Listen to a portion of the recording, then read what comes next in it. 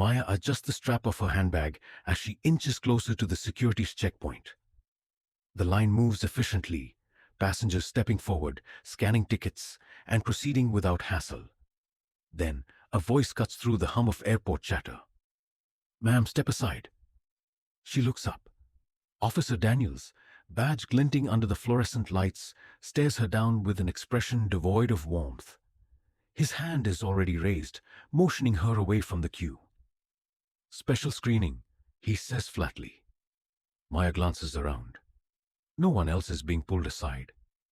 The elderly man before her shuffled through, unchecked. The woman behind her barely looks up from her phone. Yet here she is, singled out. She steadies her breath. "Is there a reason?" Daniels barely blinks. "Just routine." Routine, a word she has heard too many times in moments like these. Her fingers tighten around her boarding pass, but she steps aside. Heart pounding, the tension begins. Maya shifts her weight, eyes darting across the terminal. People notice, she can tell. Some exchange quick glances before turning away. A man 2 lanes over frowns, but when her eyes meet his, he looks down at his shoes. Someone coughs. A woman clears her throat, but no one speaks. A younger man a few feet away has his phone raised. Is he recording? Or just texting? It doesn't matter. He won't say anything. None of them will. "Let's go," Daniels barks, leading her toward a side table. Maya exhales slowly. The silence of the crowd presses against her skin, heavier than any luggage she carries. She has seen this scene play out before, in different ways, in different places. The players change, but the script remains the same. One glance at the security line tells her everything. Some avert their eyes, pretending not to notice. Others watch with morbid curiosity, entertained by her discomfort. She's both invisible and on display, trapped between 2 realities. She swallows the lump in her throat and steps forward. Daniels doesn't ask before snatching her handbag. His fingers dig into the expensive leather, prying it open with careless force. Lipstick, a stethoscope, patient files. He lingers on the documents, flipping through them as if they are evidence of something illicit. Maya watches, her jaw tight. "That's private." Daniel scoffs, holding up a silk scarf. He turns it over like it might morph into something dangerous before dropping it onto the table. Expensive taste. Her fingers twitch, itching to grab her things, to reclaim a sense of control. Instead, she forces herself to stand still. A white woman nearby nudges her husband. "That doesn't seem right," she whispers, but she doesn't intervene. Daniels pulls out her ID, his gaze flickering over it. "Doctor, Maya Carter," she says before he can make some dismissive remark. "I'm a physician." His lips curl. "Sure you are." The sting is immediate. Not because she doubts herself, but because he does. And in this moment, his perception holds power. Daniels leans in as he pats her down, his touch unnecessarily rough. "You people always think you can get away with anything," he mutters. The words slice through her composure. A woman gasps. Maya's breath hitches. "Excuse me?" she says, voice sharp. Daniel smirks. "You heard me." Maya stares at him, fury bubbling beneath her skin. Her fists tighten. Her mind races. She can call him out, demand a supervisor, raise hell, but what will that achieve? Will they listen? Will they care? She sees the security cameras, the waiting eyes, the power he holds. For the first time in a long time, Maya feels powerless. Her heartbeat drums in her ears. Every nerve in her body screams for her to push back, to demand accountability, but she doesn't. Not yet. She meets Daniel's gaze. "You're crossing a line." He shrugs, unconcerned. "You're free to file a complaint," he says lazily, knowing full well how that usually ends. Maya takes a steadying breath. She has spent years earning her place in rooms that were never built for her. She has held her head high in the face of doubt. But now, standing here, her dignity being stripped layer by layer, she wonders if any of it matters in moments like these. She forces herself to unclench her fists. Not yet. The scene fractures. For a moment, Maya isn't in the airport. She's in a different time, a different place.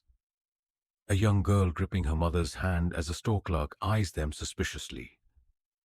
A medical student being told she only got in because of a diversity quota. A doctor explaining her credentials to a patient who assumed she was a nurse. It was always there. Daniel's voice pulls her back.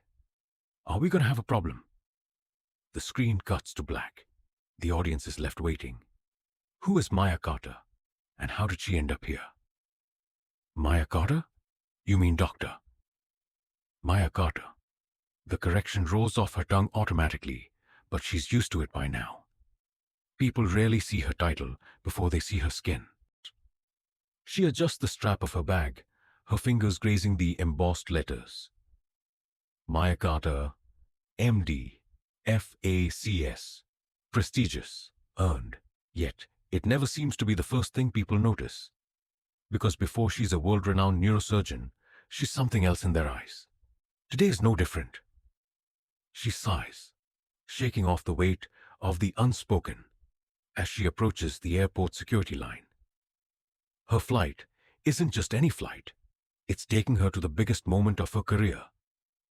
A keynote address at an international conference.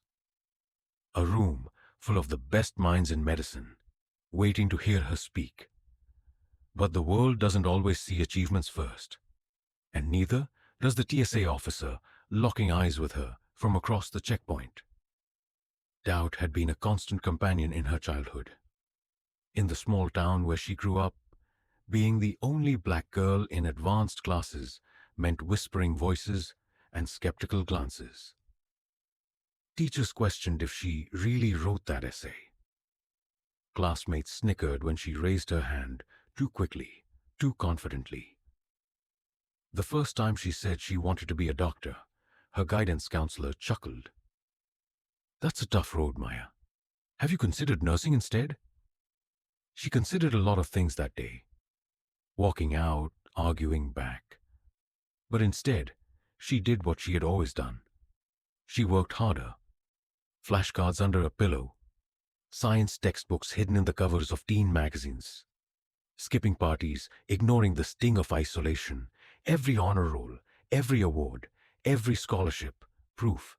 Yet, even now, standing in an airport in designer heels, passport in hand, that old feeling creeps in. The one that tells her she still has something to prove. And judging by the way Officer Daniels is staring, he seems to believe the same. Dr. Carter, you might want to reconsider neurosurgery. It's competitive. They always said it like that. A suggestion disguised as concern. A warning dressed as wisdom. She had heard it from professors, from senior surgeons, from people who looked nothing like her. And she ignored them all. Her first year of medical school was brutal. She studied while others slept. She dissected cadavers until the stench of formaldehyde clung to her skin.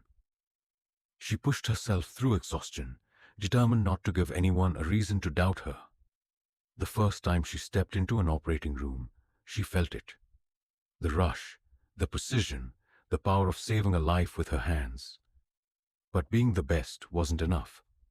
Patients mistook her for a nurse. Colleagues assumed she was a student. The respect her white counterparts received automatically was something she had to fight for. And yet, she climbed. Now, her name was in medical journals. She had pioneered techniques that saved lives. She had earned the invitations, the accolades, the respect. But even with all of that, here, in an airport security line, her success was invisible. Because Officer Daniels wasn't looking at a world-renowned neurosurgeon. He was looking at a black woman with a luxury bag. The invitation had arrived months ago. A prestigious medical conference. A keynote speaker slot. Her name printed alongside some of the greatest minds in neuroscience. Maya Carter was no longer the girl fighting to prove herself. She had proven it. Or so she thought. As she inches forward in the security line, her phone buzzes. A text from a fellow surgeon. Can't wait for your speech. Legend. Legend. The word makes her smile, until she catches Daniel's eyes narrowing in her direction. It happens in an instant. His hand raises. His finger points. Ma'am, step aside. Just like that, the legend disappears. Maya freezes. The old script plays in her head. Stay calm. Don't react. Make yourself small. Don't give them a reason. She should be used to it by now. The random screenings, the lingering looks, the invasive searches. But it never gets easier. A businessman in a suit walks through without a second glance. A teenage girl with a backpack breezes past, yet here she is. Again, Daniels gestures impatiently. Step aside. Maya's grip tightens around her passport.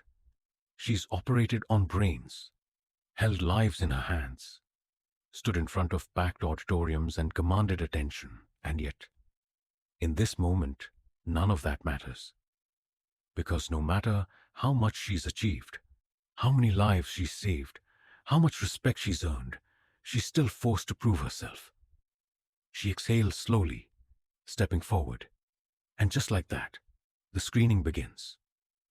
Dr. Maya Carter?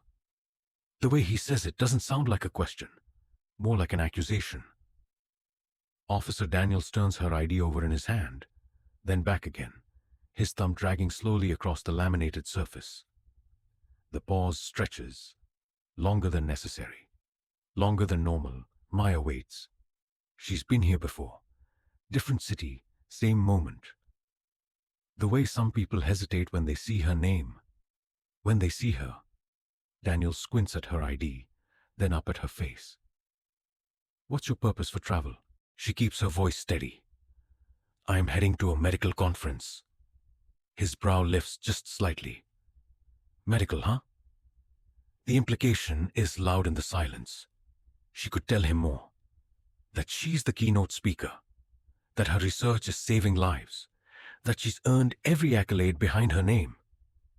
But none of that will change the way he's looking at her. His eyes flick down to her bag, then back to her face. Another pause. Then, finally, he exhales through his nose, like he's made a decision. Step aside, ma'am. Maya shifts, scanning the people in line behind her. She catches a glance from a woman clutching her toddler. The woman quickly looks away, pretending not to notice. A man in a business suit adjusts his watch, impatient. A teenage boy with headphones flicks his gaze toward her, then back to his phone.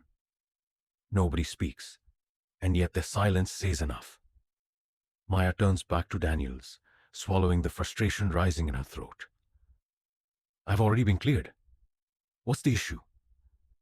Daniels doesn't answer right away.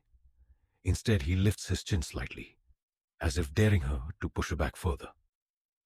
Behind him, another agent is waving people through. A white couple, barely a glance at their IDs. A middle-aged man with a laptop bag, no questions asked. But Maya? She's the only one standing still. She exhales slowly, pressing her lips together. The weight of unspoken bias is familiar. Too familiar. A young woman in line hesitates, as if considering speaking up. Their eyes meet for half a second. Then the woman looks away. Just like that, the moment passes. Daniel smirks. Step forward. As Maya moves toward the extra screening area, she hears a voice behind her. Daniels, what's going on? A second officer, younger, steps closer. His badge reads Martinez. Unlike Daniels, his face isn't carved from suspicion. Instead, there's something else. Hesitation. Martinez glances between Maya and Daniels, as if piecing something together. Daniels shrugs. Routine check. Martinez doesn't look convinced. His mouth presses into a thin line, but he doesn't challenge it. Maya meets his eyes. A silent question lingers between them. Are you going to say something? Martinez shifts his weight. She's already been cleared at the first checkpoint. Daniel stutters under his breath. Yeah, and sometimes people slip through. He gestures toward Maya's bag. Or do you think she's above the rules? The words sting more than they should. Martinez exhales through his nose. Frustrated, but he doesn't argue. Because they both know the truth. Maya isn't a risk. She never was. But power doesn't always need a reason to flex itself. And Daniels? He's flexing. Martinez looks at Maya again. His eyes soften just slightly. Apologetic. But apologies don't change anything. She already knows how this will end. Maya clenches the handle of her bag. A reflex. A habit. The same one that makes her keep her hands visible when she shops in high-end stores. That makes her smile at hotel clerks before they can question if she really has a reservation. The same one that keeps her still now, even as frustration burns beneath her skin. Daniels gestures toward the conveyor belt. Bag on the table. She moves carefully, placing it down. The leather is smooth under her palm. Expensive, but suddenly, in his eyes, it might as well be suspicious. He doesn't open it right away. Just stares at her, waiting. Waiting for what? For her to react? For her to flinch? Maya meets his gaze head-on. Is there a problem? Daniel scoffs, shaking his head. Just following protocol, ma'am. That word again. Ma'am, said with just enough condescension to make her stomach twist. She says nothing, just tightens her grip around the strap of her carry-on. Her fingers don't shake, not yet. Daniels finally moves. He unzips her bag, fingers sifting through her belongings like they mean nothing. A silk scarf, pulled out, examined, tossed aside. A neatly folded blazer, unraveled, wrinkled, then her medical credentials. A folder with her name embossed in gold. He flips it open. His smirk widens. Doctor, huh?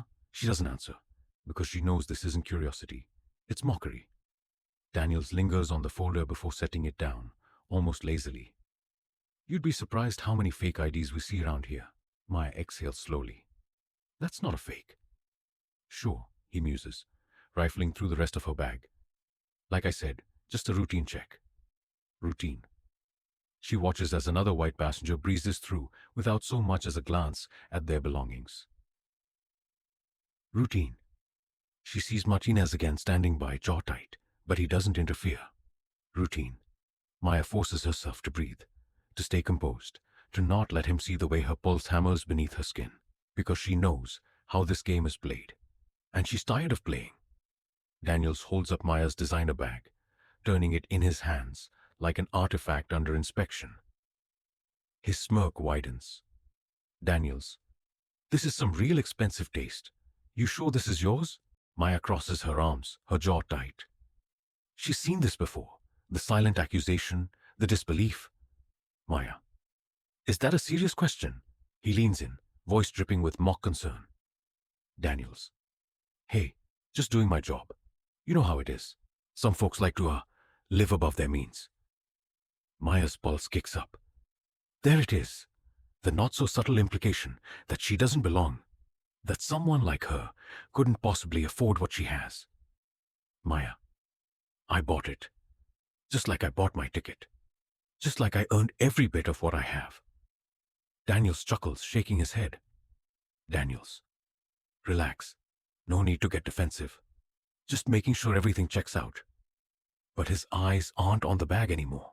They're on her, assessing, searching, waiting for her to react. Daniels clears his throat, raising his voice just enough for bystanders to hear.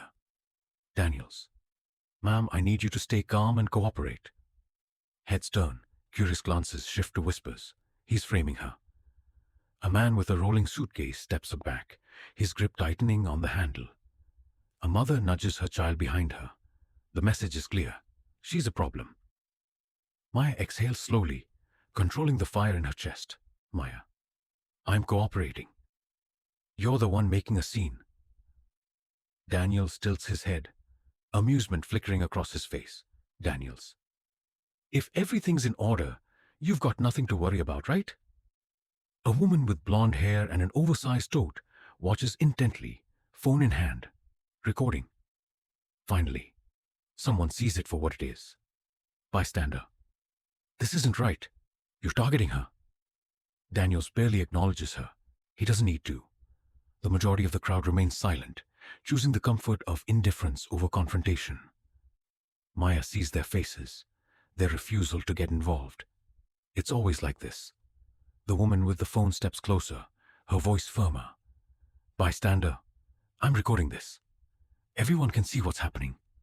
Daniels finally turns, an exaggerated sigh leaving his lips. Daniels, ma'am, you're free to record. This is standard protocol. Standard protocol. The go-to excuse for unchecked power. A businessman near the gate shakes his head, muttering to himself. Always playing the race card. Maya hears it. She hears it all. The silence of complicity.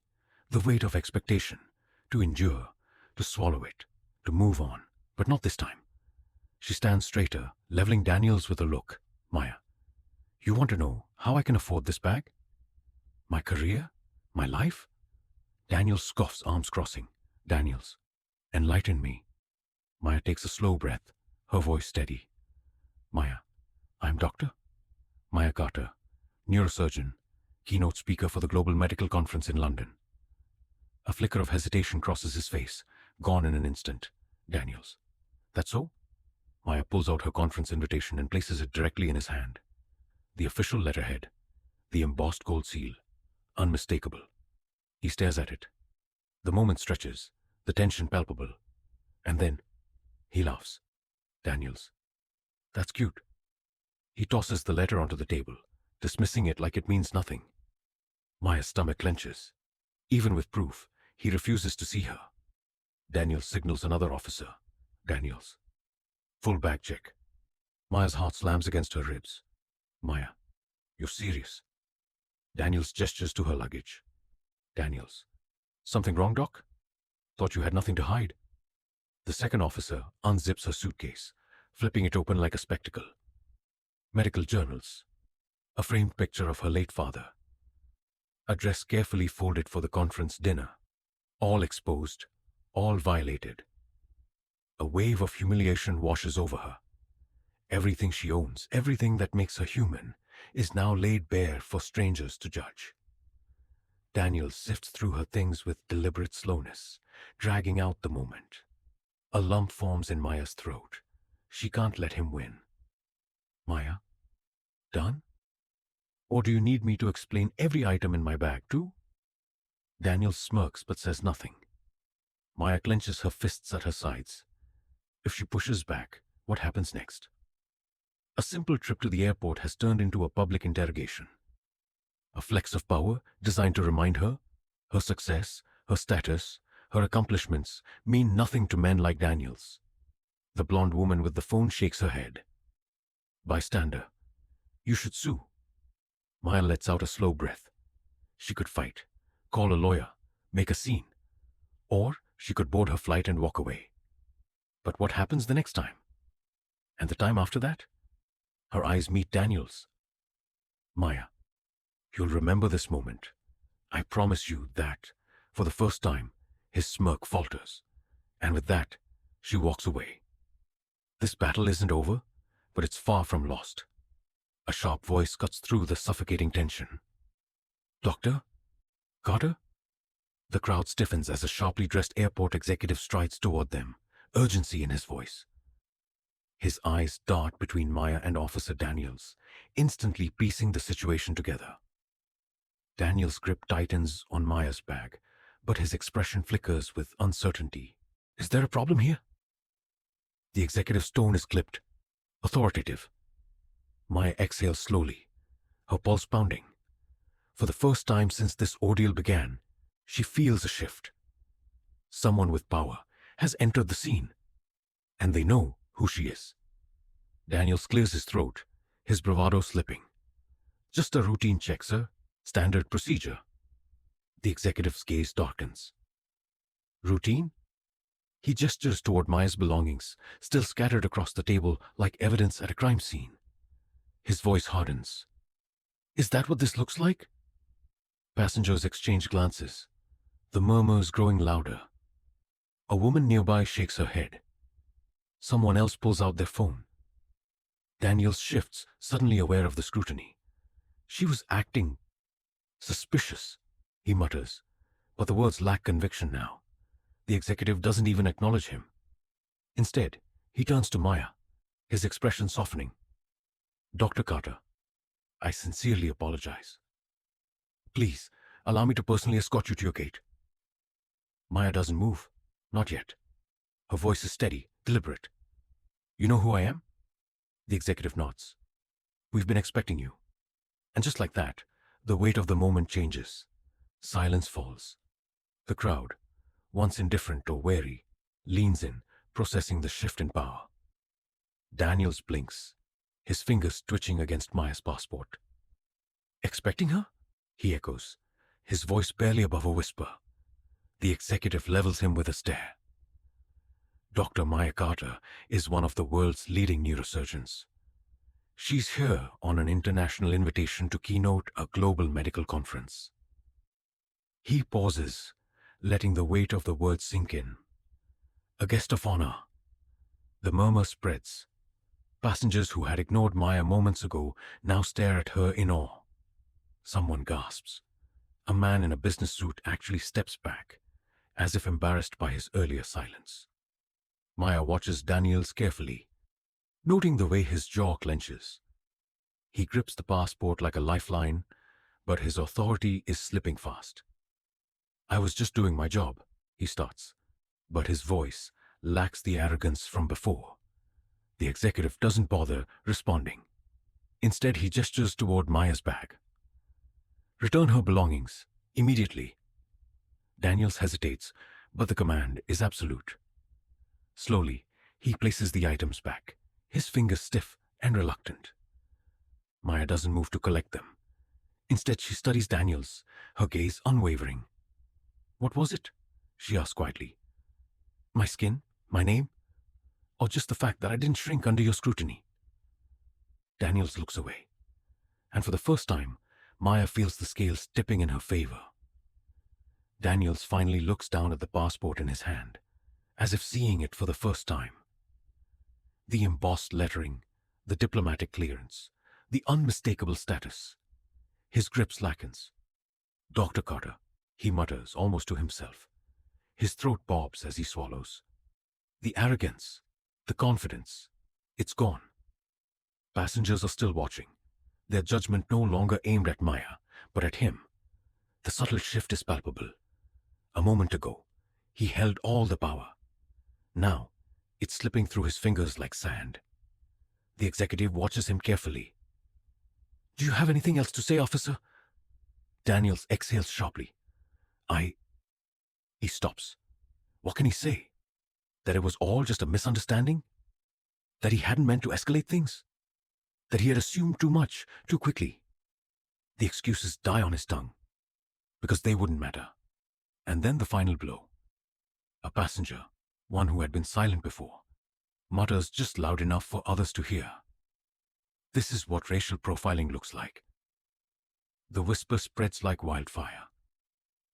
Daniels feels the stares, the cameras, the weight of being watched. For the first time, he understands what that feels like. The phones are out now, recording, capturing every second. Maya sees the shift, the power dynamics reversing, the truth unfolding. And yet, she doesn't revel in it, because she knows this isn't about just one officer. It never was. But the world is watching now, and that matters. Daniel's breath comes shallow. His hands twitch at his sides, unsure of where to rest now that his authority is in question. He tries to square his shoulders, to regain control of the moment, but it's gone. One woman shakes her head, her camera pointed directly at him. So quick to humiliate her, she says, loud enough for everyone to hear. But now that you're the one under the microscope, not so fun, is it? Daniels glares at her, but the fear in his eyes betrays him. Maya finally steps forward, reclaiming her passport, her bag, her dignity. She meets his gaze one last time. This is why we speak up. Daniels says nothing. Because what could he say? Daniels licks his lips, tries to regain composure. But it doesn't matter. No one's listening. The executive turns to him. You'll be answering for this. Passengers murmur in agreement. The woman still recording shakes her head. Hope you have a good excuse for the internet too. Daniel's breath stutters. His authority, his control, his carefully built shield, it's all slipping away. And Maya? She straightens her shoulders, lifts her chin, and walks past him. Not because she's ignoring him, but because he no longer matters. The story isn't about him anymore. It never was. Daniels barely has time to process the shift in the air before a stern voice cuts through the murmurs. Officer Daniels, step away from the passenger immediately. A supervisor strides forward, the weight of authority behind every word. The murmuring passengers watch as the power dynamic flips. The same Daniels who stood with smug confidence now stiffens. Sir, I was just what? The supervisor crosses his arms. Violating protocol? Humiliating a VIP traveler? Maya exhales slowly, willing her hands to stop shaking. It shouldn't have taken status for her humanity to be recognized. A younger agent inches closer, speaking just low enough for Maya to hear. I'm so sorry this happened. He stops himself, as if realizing how empty the words sound. Daniels glances around, his gaze desperate for an escape. I was doing my job, he mutters. Then you'll have plenty of time to review what that actually means. The supervisor gestures toward two security officers. Escort him out, now. As they close in, Daniel's composure cracks. This is ridiculous. That woman, that doctor, the supervisor corrects, was treated unfairly under your watch. And now, you're facing the consequences. For the first time, Daniels is silent. The airport director stands before a growing crowd, cameras flashing, voices pressing for answers. The energy is thick with expectation. We deeply regret today's events, he begins, clearing his throat. Dr. Carter, on behalf of this airport, I extend my sincerest apologies for the unacceptable treatment you endured. Maya listens, arms crossed, face unreadable. Apologies are easy. Change is harder. As a gesture of goodwill, we are offering Dr. Carter and any other affected passengers full first-class accommodations on their flights. A low ripple of conversation spreads through the crowd. Compensation for humiliation. A bandage on a deeper wound. Maya lifts her chin. And what about the policies that allow this to happen in the first place? The director falters, adjusting his tie. We're reviewing our procedures to prevent future incidents. The words sound rehearsed, but Maya nods anyway. One battle at a time, Daniel stands off to the side, face tight, hands clenched. He's still processing how quickly his authority unraveled. Maya approaches him, steady and measured. The cameras are still rolling, but this moment is hers. You looked at me and saw a threat, she says evenly. Not a doctor, not a human being, just someone who didn't belong. Daniel shifts uncomfortably. I didn't. Yes, you did. She steps closer, lowering her voice. And maybe next time, you'll treat people with respect before judging them. Something flickers in his eyes. Shame, defensiveness. It doesn't matter. Maya doesn't wait for a response. Some lessons she knows have to be learned in silence. By the time Maya reaches her gate, the internet has already done what it does best. Expose injustice. The video trends within hours. Flying, while black, Maya Carter, racial profiling at airports, news outlets pick up the story. Social media debates explode. Some defend Daniels, grasping at excuses. But the footage is undeniable. Interviews roll in. Prominent voices demand reform. Maya's inbox floods with messages, some supportive, some hateful. She scrolls past the noise, stopping at one message from a young medical student. Dr. Carter, I saw what happened to you today. I know you must be exhausted, but please know, you're making it easier for people like me to exist in these spaces. Maya exhales. The weight of it all is heavy, but this is why she refuses to stay silent. The final boarding call echoes overhead. Maya steps onto the plane, greeted with extra care from the flight attendants, who clearly recognize her. It's a stark contrast to how her day began. As she settles into her seat, her mind drifts not to Daniels, not to the apology, but to what comes next. Change is slow, pushback is inevitable. But today, a conversation started, and that's how revolutions begin. Maya looks out the window as the plane ascends, knowing this fight isn't over. But for now, for this moment, she lets herself breathe. Imagine yourself in Maya's place. You followed every rule. You've done nothing wrong. Yet, from the moment you step forward, you're treated as a suspect. Not because of your actions, but because of their assumptions. Would you have spoken up sooner? Demanded answers? Or would you have stayed silent, hoping the humiliation would pass faster? Think about Daniels. A man with authority, unchecked and unchallenged, until the moment it was too late. Would you have been one of the passengers who turned away? Or the one who stepped in? This isn't just Maya's story. It's a reality faced by countless people every day. So, what would you have done? And more importantly, what will you do next time? Now, it's your turn to share. Have you ever witnessed or experienced racial profiling at an airport? Have you ever felt the weight of judgment before you even spoke a word? Drop your thoughts in the comments. Your voice matters. Let's turn this video into more than just a story. Let's make it a space where real conversations happen. If you've ever felt invisible in situations like this, know that your experiences are valid and you're not alone. Scroll down, speak up, because silence only lets these stories repeat. This isn't just about Maya. This isn't just about one airport.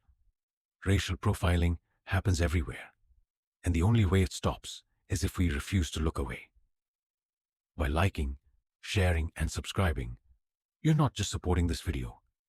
You're amplifying a conversation that needs to be heard. Think about it.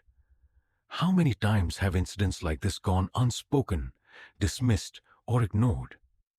How many people have been humiliated, questioned, or made to feel like they don't belong, simply because of who they are? The more we talk about it, the harder it becomes to ignore. So if you believe stories like this need to be told, hit that share button, post it, send it. Make sure this conversation reaches the people who need to hear it, because awareness is the first step toward change. If you believe in justice, if you believe in fairness, then don't just watch. Take action. Hit that like button if you think racial profiling has no place in our world. Comment if you stand against discrimination. Subscribe if you want to see more stories that challenge these injustices. One voice can make an impact. 1,000 voices can create a movement. Let's create change together.